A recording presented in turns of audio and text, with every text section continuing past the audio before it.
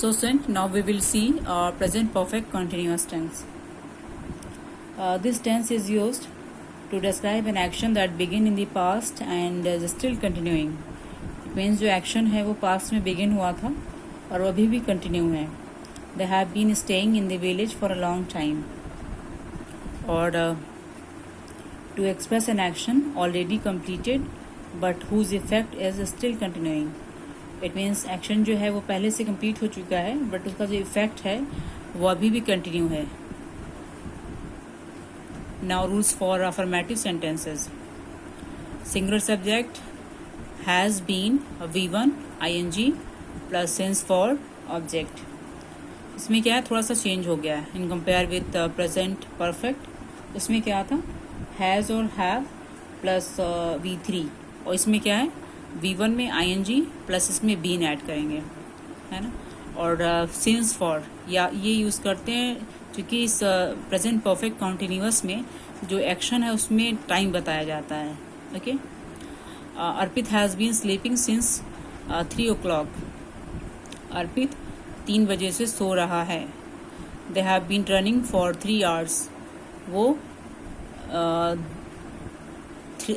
3 घंटों से दौड़ रहे हैं. Now rules for negative sentence.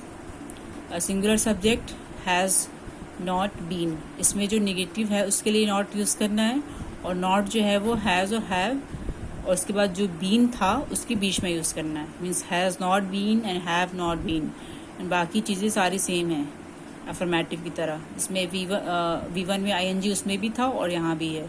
Since for use करना है देन ऑब्जेक्ट. बस एक ही चीज़ नया ऐड करना है वो है नॉट नेगेटिव के लिए. और नॉट का प्लेस क्या है, हैज़ और हैव और जो बीन है उसके बीच में, है ना. You have not been suffering from fever for 1 week. Now rules for integrative sentences यानी कि प्रश्नवाचक वाक्य के क्या रूल्स हैं. हैज़ और हैव से आपकी सेंटेंस की बिगनिंग होगी, देन आएगा सब्जेक्ट और हैज़ और हैव ये डिसाइड करेगा सब्जेक्ट किस फॉर्म में है वो, then been. Has have then subject then been. V1 में ING इसमें कोई चेंज नहीं हुआ, then since for object and in the end of sentence question mark. Now question words. Has और have plus subject been V1 ING since for object and question mark. Question words आप जानते हैं. Have you been sleeping since 8 o'clock. Now rules for interrogative negative sentence.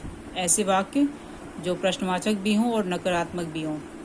So as usual आपको sentence की beginning करना है has और have से. ये डिपेंड करेगा आपके सब्जेक्ट पे और चूंकि नेगेटिव है तो नॉट भी यूज़ करेंगे.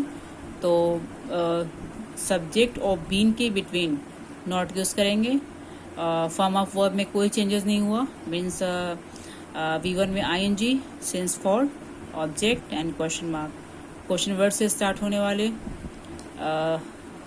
सेंटेंस फिर आएंगे has have subject not been V1 ING since for object and question mark.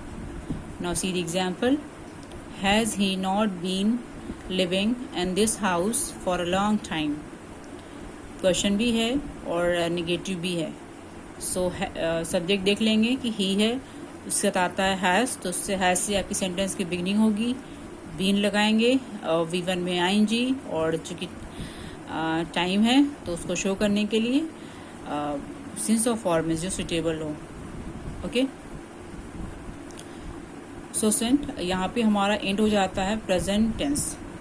It means जो प्रेजेंट की 4 फॉर्म्स थी, indefinite, continuous, perfect and perfect continuous.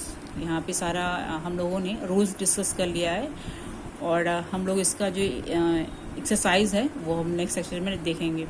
और एक चीज़ मैं आपको और बता दूँ बच्चों कि बहुत सारे बच्चों को ये कंप्लेन है कि अभी ग्रामर सेक्शन स्टार्ट नहीं हुआ है, तो आपको शायद से गलत इन्फॉर्मेशन है.